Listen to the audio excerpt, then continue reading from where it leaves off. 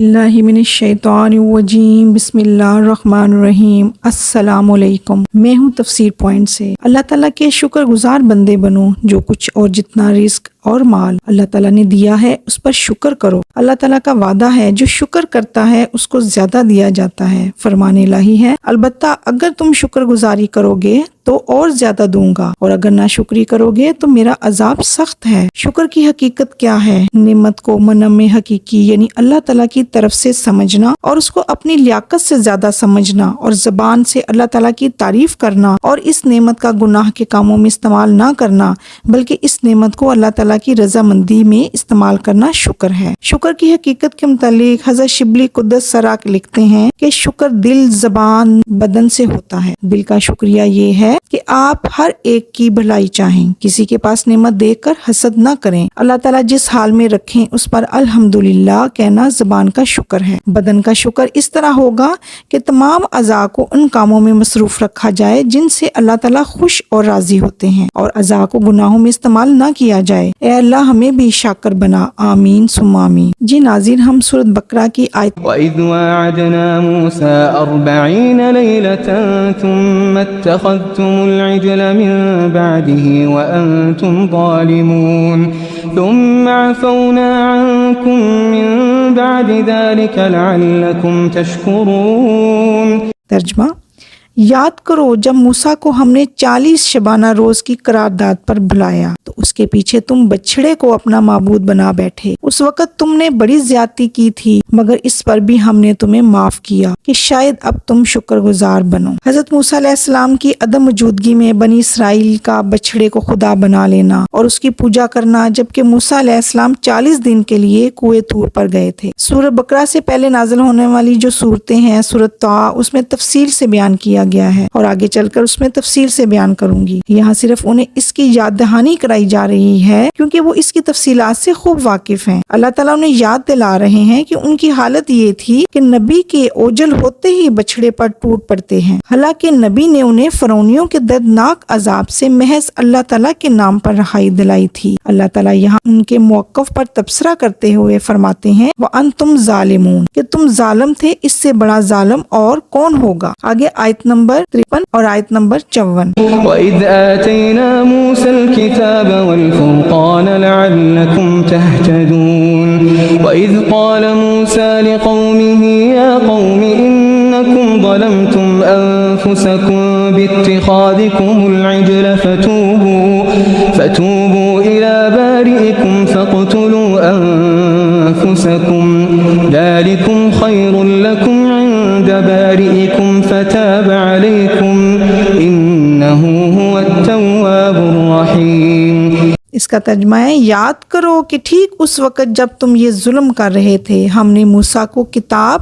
اور فرقان عطا کی تاکہ تم ان کے ذریعے سیدھا رستہ پا سکو۔ اس میں اللہ تعالیٰ نے کہا وَأَنْتُمْ ظَالِمُونَ، اور تم ظالم تھے، اس سے بڑا ظالم اور کون ہوگا جو اللہ کی بندگی ترک کر کے اپنے پیغمبر کی وصیت کو بھلا کر ایک بچھڑے جیسے جسم کی پوجا شروع کر دے، حالانکہ اللہ ہی تھا جس نے اسے ان لوگوں کی غلامی سے نجات دی جو گائے کے بچھڑے کو مقدس سمجھتے تھے، اور اس کے باوجود اللہ انہیں معاف کر دیتے ہیں۔ ان کے نبی کو کتاب ہدایت توریت دیتے ہیں جس میں جو کچھ لکھا تھا وہ حق و باطل کے درمیان فرقان تھا، اس امید پر کہ شاید یہ لوگ گمراہی کو چھوڑ کر واضح حق کو قبول کر لیں، لیکن پھر بھی اس بات کی ضرورت تھی کہ سنگ دلی سے ان کے ساتھ پیش آیا جائے، کیونکہ ان کی بگڑی ہوئی فطرت کو صرف ننگی تلوار اور سخت ترین عذاب کے ذریعے ہی سیدھا کیا جا سکتا تھا۔ ان کی فطرت کا تقاضا تھا کہ ان کے لیے سخت سزا ہو اور انوکھی بھی ہو، اس لیے آیت نمبر 54 میں حکم ہوا وَإِذْ آتَيْنَا مُوسَى الْكِتَابَ وَالْفُرْقَانَ لَعَلَّكُمْ تَهْتَدُونَ۔ یاد کرو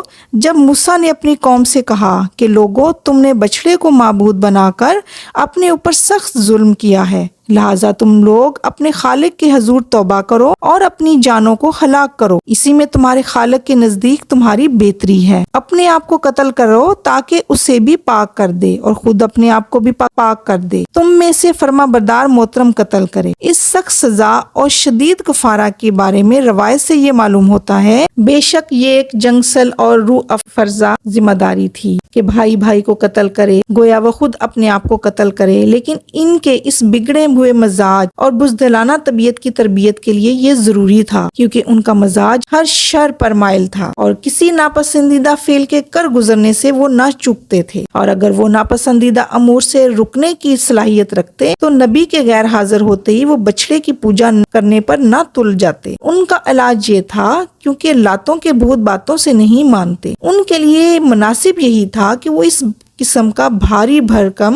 تاوان ادا کریں تاکہ انہیں کچھ نفع ہو اور بگڑے ہوئے مزاج کی تربیت ہو، لیکن اس سزا کے بعد پھر اللہ تعالیٰ کی رحمت انہیں ڈھانپ لیتی ہے۔ وَإِذْ قَالَ مُوسَى لِقَوْمِهِ يَا قَوْمِ إِنَّكُمْ ظَلَمْتُمْ أَنفُسَكُمْ بِاتِّخَاذِكُمُ الْعِجْلَ فَتُوبُوا إِلَى بَارِئِكُمْ فَاقْتُلُوا أَنفُسَكُمْ ذَلِكُمْ خَيْرٌ لَكُمْ عِندَ بَارِئِكُمْ فَتَابَ عَلَيْكُمْ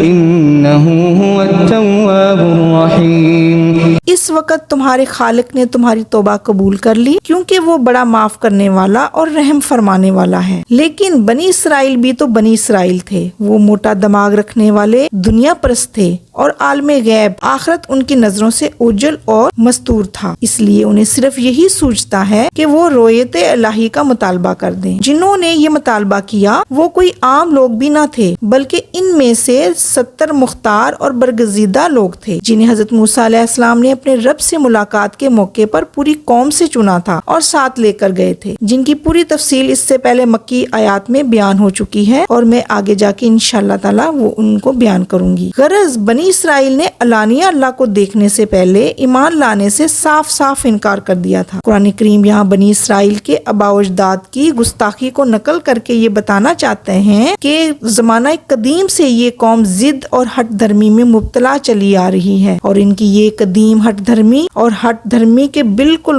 مشابہ ہے جو اس وقت یہ لوگ نبی آخر الزمان صلی اللہ علیہ وآلہ وسلم کے مقابلے میں اختیار کیے ہوئے ہیں۔ یہ لوگ خود بھی اپنے آباء و اجداد کی طرح معجزات پر کا مطالبہ کر رہے ہیں اور سادہ دل مومنین کو بھی اس پر آمادہ کرنے کی صحیح کر رہے ہیں کہ وہ حضور صلی اللہ علیہ وآلہ وسلم کی سچائی کو آزمانے کے لیے معجزات کا مطالبہ کریں۔ جی یہاں پہ آیت نمبر 51، 52، 53 اور 54 کا ترجمہ اور تفسیر مکمل ہوئی۔ اس کے ساتھ ہی اللہ تعالیٰ سے دعا ہے کہ اللہ تعالیٰ ہمیں قرآن پاک کو پڑھنے، سمجھنے اور اس پر عمل کرنے کی توفیق عطا فرمائے، آمین ثم آمین۔ اجازت دیجیے، اللہ حافظ۔